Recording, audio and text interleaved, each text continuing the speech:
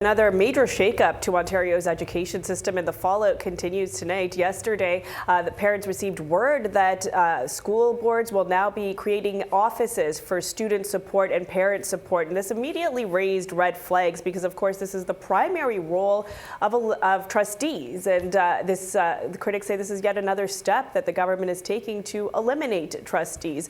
Now, of course, we know that the Education Minister already stripped trustees of their powers at 5 school boards, including Toronto and Toronto Public and Catholic boards, replacing them with school supervisors. But we've heard anecdotally those supervisors have not been returning parent calls or emails, and it appears the Education Minister is now adding yet another layer of bureaucracy to deal with what critics say is a problem he himself created.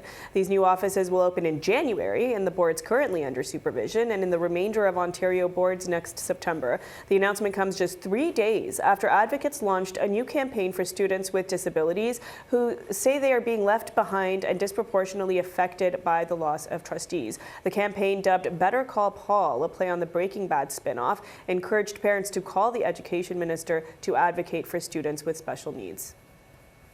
Better call Paul, because if he wants to be the only elected person we could go to, we should get used to calling him. And if he wants to micromanage our schools, which he has been doing in his role after taking over on Toronto's school board, then get him to micromanage it to solve your kids' problems, of which there are many for students with disabilities. Things can be coincidental, but it seems kind of a surprising coincidence if it happened to come 3 days after us. But I think that the government is scrambling to make up what they're going to be doing. It seems they still don't know, and they're making it up as they go along. This really is about hearing from parents and hearing from teachers and hearing from students who said, listen, we want to have better access to information. I don't always want to be asking my teacher. I don't always want to go to the superintendent for some of the basic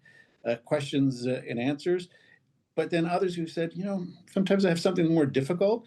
And I want to know that it's being taken care of. So whether it's a trustee or a board under supervision, these offices were coming, and it's a better way of serving parents and another way of helping alleviate a little bit of the pressure on teachers in the system, I think.